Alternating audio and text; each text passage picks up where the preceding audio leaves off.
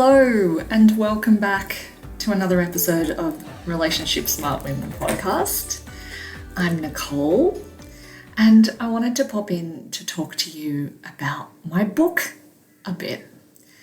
You may know, if you've been following me on Instagram or on my newsletter list, that my book is at the publishers as we speak right now. So it is New Year's Eve as I speak to you here. And I'm publishing with the Kind Press, and we're looking at actually having a release date of mid-March with pre-orders happening around mid-Feb. So it is happening and it's really, really soon. Wow. So it's actually really time for me to start talking to you about it and explaining what the hell a book about beauty called The Beauty Load with the line, how to feel enough in a world obsessed with beauty, what the heck that has to do with what I talk about a lot, which is relationships and how to be smart in relationships, relationship smart women. So, because for me, it is very, very connected. It's connected at its deep foundation of how we feel about ourselves, which means how we can show up in relationship. So I look forward to exploring that with you. But today what I wanted to talk about is a few reasons why I wrote a book about beauty. Because really, there are a lot of books about beauty and body image and, trying to find ourselves beautiful out there. Why does the world need another one? Well, I've written down a few ideas of why I've written this book, and I have 6. So here, let's start. One of the first reasons for me to write a book about struggling with beauty and the beauty load is that I struggled. I really don't struggle so much anymore, although that's not true. I really do struggle still. But now my struggle is different. I struggle with aging and a different kind of weight that comes when you're perimenopausal. But I really struggled as a youngster in my adolescence and early 20s, feeling enough. And I pinned all of my success and failures and insecurities on the fact that I had a flat chest. And that's in inverted commas because it's all relative and subjective. But I really just couldn't seem to find my confidence, especially in relationship, especially when it came to being a sexual being, and especially when it came to finding the confidence to be attractive to a man who I was trying to attract. And there was a real struggle with that as I was dating and as I was, just trying to find my person. And so that's one reason. I wanted to explore that. But another reason is, as a counselor and as someone who's been therapeutically sort of with other women for about a decade now or more, I have been privy to a lot of other women in particular's struggle with what I call the beauty load, with the pressure and this feeling of not enough.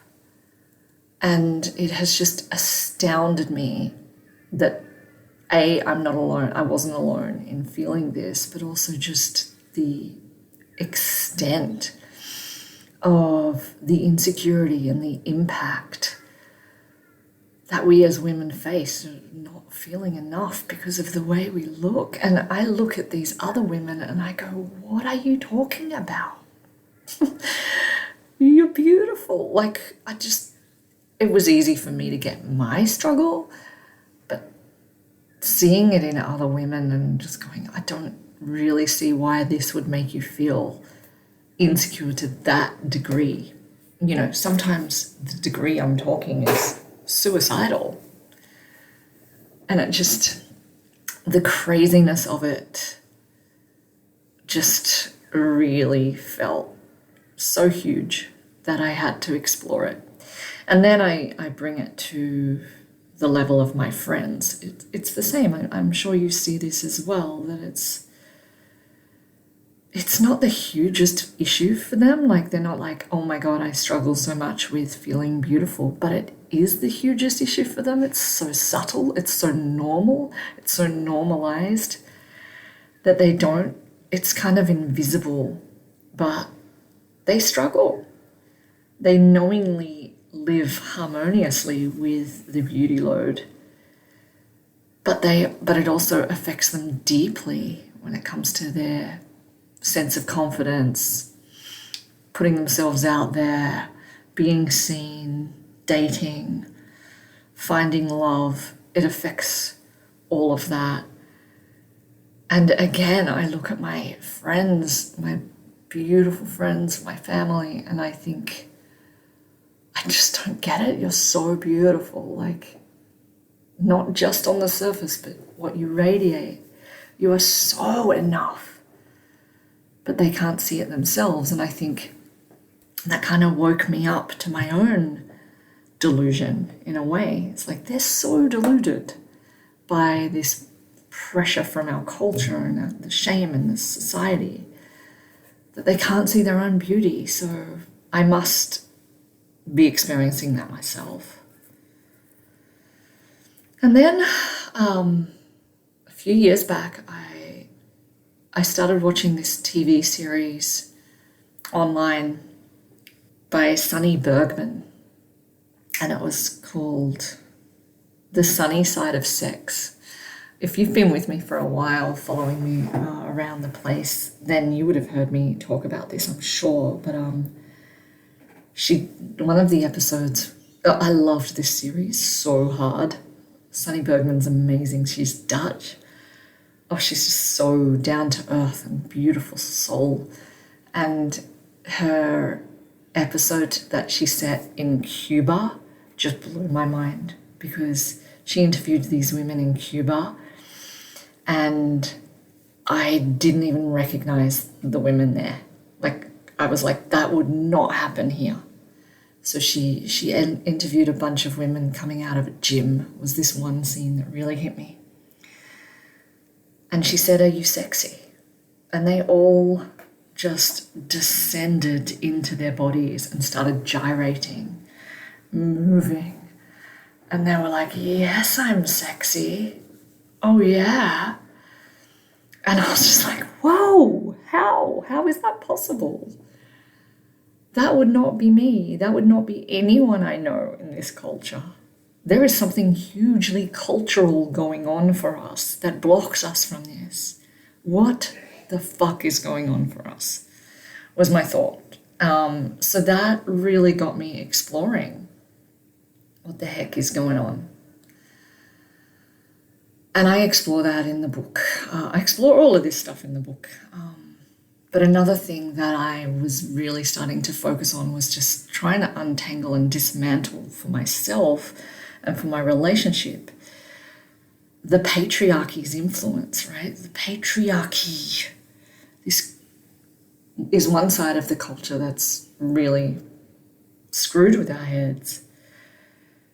But the other side of that is this consumerist, selling, obsessed side of our culture, right? And where those two meet, it's very subtle. It's quite invisible, even though it's so visible, but it's shaming.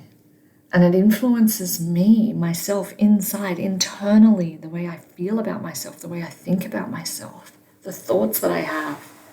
And I really don't want it to. I don't trust the influence or the benevolence of the patriarchy or those who want to sell to me to have an influence on my internal being. So it's really important that we explore that and we try and untangle that for ourselves. And then how that affects who I am in relationship and how I show up is huge. I kind of talk about it in the book, like I would not trust our culture to influence what I ate, right? If I trusted the world of advertising and all of that to influence my diet, I would be over my ideal weight, that's for sure. I'd be feeling shit. I'd be sluggish. I'd have no libido. And my hormones would be out of whack. I'd be quite sick. But I feel like the influence on our beauty and our body image is a similar thing. I don't want to passively allow it to influence me like that. So we need to explore and unpack and unpick its influence on us. And the last reason I have jotted down for why I'm writing another book about beauty is that I have children. I love my children. And I see the culture having its prickly fingers of influence inside their psyches. I see it. And I don't like it. And I want change. I want the culture to be different for them. I don't necessarily think it will, but I think at least if we have pockets of culture that are different or an awareness of the culture that can help us make it different. And that really is the aim of this book, is for us to at least be aware of its influence on us and to be mindful and empowered on how much we want it to influence us so that we have a bit of choice there. I hope that this book about beauty is a little different to a lot of the books that are out there. That's my hope. My hope is that it's a kind book, that it's an empathetic, understanding, embracing of diversity book. My fear is that it's a privileged white woman.